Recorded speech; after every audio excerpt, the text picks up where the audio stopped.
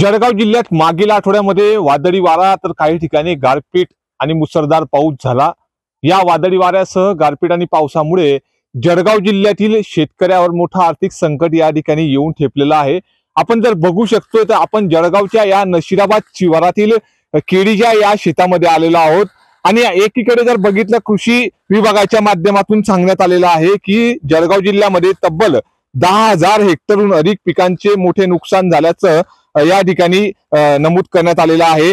जिल्हा कृषी माहिती अधिकाऱ्याच्या माहितीनुसार ही माहिती प्राप्त झालेली आहे आणि आतापर्यंत जर बघितलं तर 65% पंचनामेच या ठिकाणी पार पडले असून या अवकाळी पावसामुळे जवळपास 6,500 हेक्टरवर जर बघितलं तर केळी पिकाचे नुकसान झाले आहे। त्याच खालोखाल मका पीक जे आहे ते 1,000 हेक्टरवरती नुकसान झालेले आहे।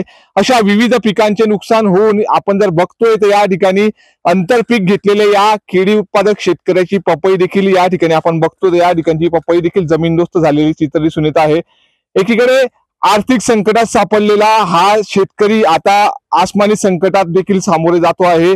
अशा शेतकऱ्यांशी आपण बातचीत करणार आहोत। दादा काय सांगाल, नुकताच पाऊस झाला, गारपीट झाली, वादळी वारा आला आणि तुमच्या शेताचं मोठं केळी पिकाचं नुकसान झालेलं आहे, काय प्रतिक्रिया, काय नाव आणि कशा पद्धतीचं नुकसान झालं आहे? बोला बोला। हॅलो, बोला। माझ्या नशिराबाद शेतातील मी एक शेतकरी म्हणून आहे। माझ्या केळीचे नुकसान 400 ते 500 घड पडलेला अजून सुद्धा आहे। वादळी वारा आल्यामुळे नुकसान झालेलं आहे।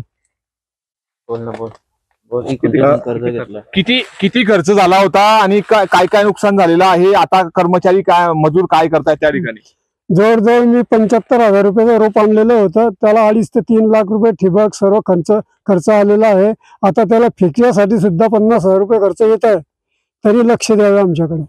कशा पद्धतीने तुम्ही या ठिकाणी पीक घेतलेलं होतं, कोणाकडनं कर्ज घेतलं होतं का, काय काय सांगता? मी 3 लाख रुपये पीपल बँक मधून कर्ज घेतलेलं आहे केळीसाठी व ते असं नुकसान झालेलं आहे माझं आता।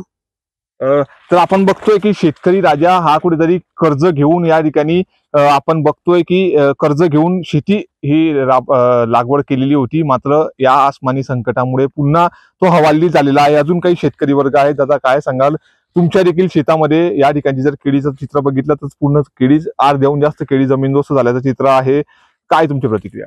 मी मागच्या वर्षी, मी शेतकरी नितीन बराटे नशिराबाद, मी मागच्या वर्षी 6 मार्च 2024 ला 5,000 केळीची लागवड केली 4 एकर मध्ये।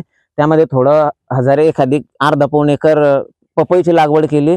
माझी सध्या केळी चालूच कटनला होती, अर्धी गेलेली आहे। पण आता हे मागच्या आठवड्यामध्ये वातावरण बदललं, त्यामुळे वादळी पावसामुळे माझी सर्व केळी आता जमीनदोस्त झालेली आहे।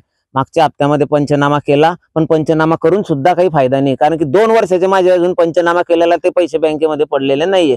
त्यामुळे सरकार नुसतं फक्त म्हणतं जय जवान जय किसान, जवान सीमेवर मरतोय, शेतकरी मातीत मरतोय, याच्या व्यतिरिक्त सरकारला काही देणं घेणं नाहीये। सरकारी लोकांचे पगार बरोबर होता आमचं। आता आम्हाला याला हे केळी शेत तयार करायला, केळी फेकायला आम्हाला 50 ते 60,000 रुपये मजुरी लागेल, त्यामध्ये मजूर मिळत नाही। इकडनं तिकडनं कसं तरी आम्ही करतोय, सरकारने जरा आमच्याकडे लक्ष द्यावं एवढी आम्ही विनंती करतो, बाकी सरकारकडनं काही अपेक्षा नाहीये। साधारण किती लाख रुपयाचं नुकसान होऊ शकतं आणि कोणी पंचनामे करायला या ठिकाणी आलं होतं का तुमच्याकडे? जवळजवळ आमचं जर तसं बघितलं तर 1 लाख रुपये तर आमचा खर्चच आहे 1 वर्षाचा। मग त्यामुळे आमचं सध्या का हातामध्ये 3-3.5 लाख रुपये आले आहे। 3.5-4 लाख रुपये आमच्या अजून अपेक्षित होते, ते आता आमचे जमीनदोस्त झालेले आहे। आम्हाला कोणी वाली पण नाही आणि कोणी सरकारकडे लक्ष देत नाही। पंचनामा झाला, दरवर्षी येतात, तलाठी येतात, कृषी अधिकारी येतात, पंचनामा करता, पण स्थिती जैसे थे, कारण की 2022-23चा पंचनामा आमची इथंच केळी पडली होती या शेतामध्ये, ते सुद्धा पैसे मिळाले नाही। त्यामुळे आम्ही आता अपेक्षा कोणाकडून ठेवावी हे आता सरकारनेच आम्हाला सांगावं, का आम्हाला दुसऱ्या कुठे नोकरी लावून द्यावं का शेती सोडावी। आता कारण कापूस सुटला, सोयाबीन सुटला, आता केळी होती तेही सुटली। आता पपईचं सुद्धा नुकसान झालेलं आहे, कारण पपई आम्ही एक याच्यासाठी लावली होती वा ही तरी हातात येईल काहीतरी, तेही पूर्ण जमीनदोस्त झालेली आहे।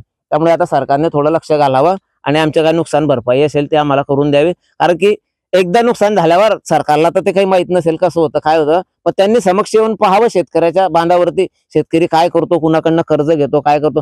आताची मार्केटची परिस्थिती अशी आहे, बँक अधिकाऱ्याकडे जर पैसे मागायला गेले तर ते सुद्धा असं सांगतात की तुमचं उभं पीक दाखवा। आता जर जमीनदोस्त पीक आहे तर उभं पीक दाखवावं कसं, याचाही खुलासा करून द्यावा बस। तर ह्या होत्या शेतकऱ्याच्या अर्थ हा की 2 वर्षापूर्वी झालेले पंचनाम्याचे पैसे देखील अद्यापही या ठिकाणी प्राप्त झालेले नाहीये। त्याच्यामुळे आता 2 दिवस पहिले या ठिकाणी तलाठी कृषी विभागाचे कर्मचारी येऊन या ठिकाणी पंचनामे करून गेले. मात्र हे पंचनामे केल्यावर सुद्धा या शेतकऱ्याला 2 वर्षाचेच पैसे मिळाले नाही, तर या पंचनाम्याचे देखील नुकसानीचे पैसे कधी मिळतील आणि या शेतकऱ्याची आर्तहाक शासनाकडे कधी पोहोचेल, यांना नुकसान भरपाई कधी मिळेल, अशीच अपेक्षा या ठिकाणच्या शेतकऱ्यांनी न्यूज 18 लोकमतशी बोलताना व्यक्त केलेली आहे. नितीन नांदुरकर, न्यूज 18 लोकमत, जळगाव.